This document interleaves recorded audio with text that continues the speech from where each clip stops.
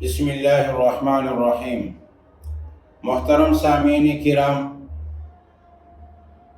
دعا کرنے کا طریقہ کیا ہونا چاہیے، دعا کس طریقے سے مانگنی چاہیے تاکہ اللہ تبارک و تعالی ہماری دعاؤں کو قبول فرمائے۔ لیکن یہ بات یاد رکھیں کہ دو دعائیں ایسی ہیں جن کو اللہ قبول نہیں کرتا۔ اس میں ایک دعا جو ہے گناہ کے لیے دعا کرنا، اور دوسری جو ہے وہ قطع رحمی کے لیے دعا کرنا، اس کو اللہ قبول نہیں کرتے۔ باقی دعاؤں کو اللہ تبارک و تعالی قبول فرماتا ہے۔ لیکن دعا کرنے کا طریقہ یہ ہونا چاہیے کہ پہلے اللہ تبارک و تعالی کی تعریف اور اس کی تحمید کی جائے، اس کے بعد آپ صلی اللہ علیہ وسلم پر درود بھیجا جائے، اور اس کے بعد جو بھی اپنا مقصد ہے اس کو سامنے رکھا جائے اور اس مقصد کو بیان کیا جائے، اور اس کے آخر میں پھر آپ صلی اللہ علیہ وسلم پر درود بھیجا جائے۔ تو یہ دعائیں اللہ تبارک و تعالی قبول فرماتا ہے، اور دعا کا طریقہ یہ ہونا چاہیے کہ ہم اس طریقے سے دعا مانگیں۔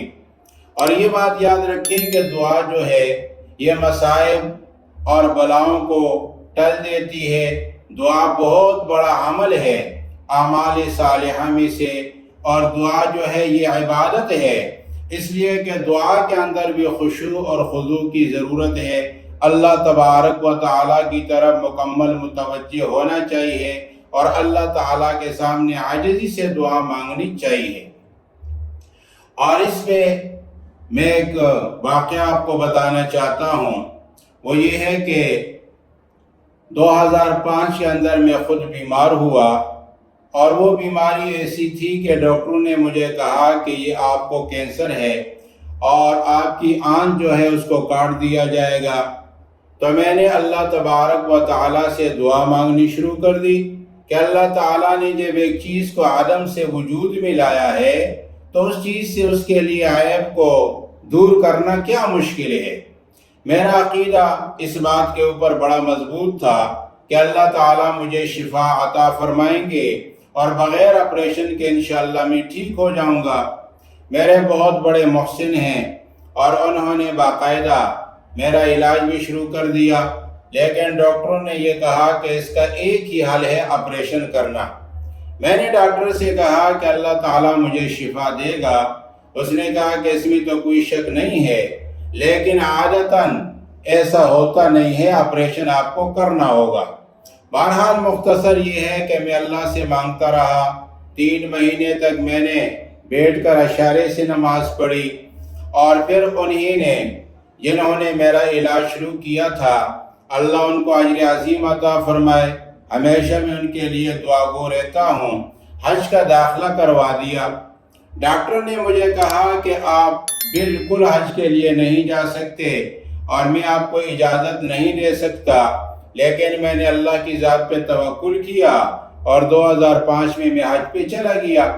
مختصراً یہ ہے کہ وہاں پر بھی تکلیف بہت زیادہ تھی۔ ڈاکٹر نے درد کے لیے گولی دی تھی، باقی کوئی علاج تو تھا نہیں اس کا۔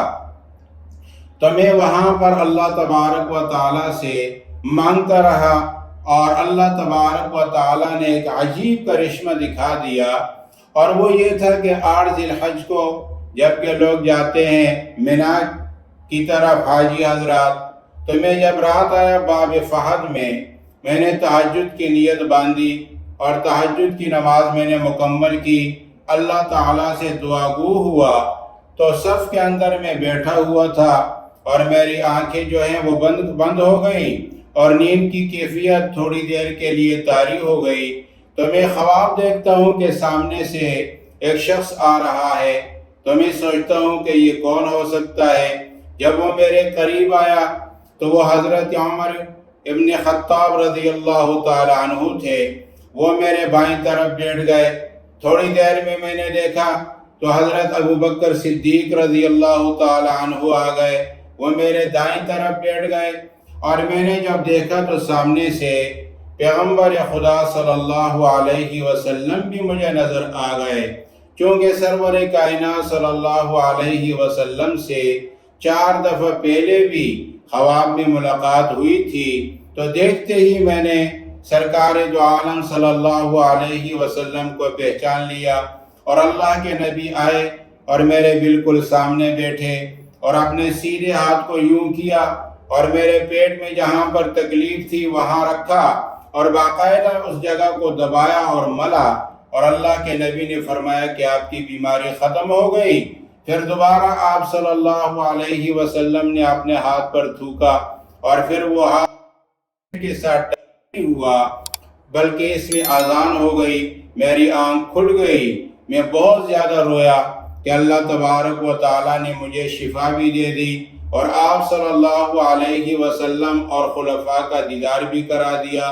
تو یہ دعاؤں کا اثر ہوتا ہے، دعاؤں سے اللہ تبارک و تعالیٰ مصائب کو، بیماریوں کو، پریشانیوں کو دور کر دیتا ہے۔ شرط یہ ہے کہ ہماری دعاؤں میں اللہ تبارک و تعالیٰ کی طرف گویا کہ عاجزی بھی ہو، ہمارے دل کے اندر خشوع بھی ہو، اور باری تعالیٰ کے ساتھ ہمارے اور اللہ کے درمیان مناجات میں کوئی خائل نہ ہو، کسی اور کا خیال، کسی اور کا تصور نہ ہو۔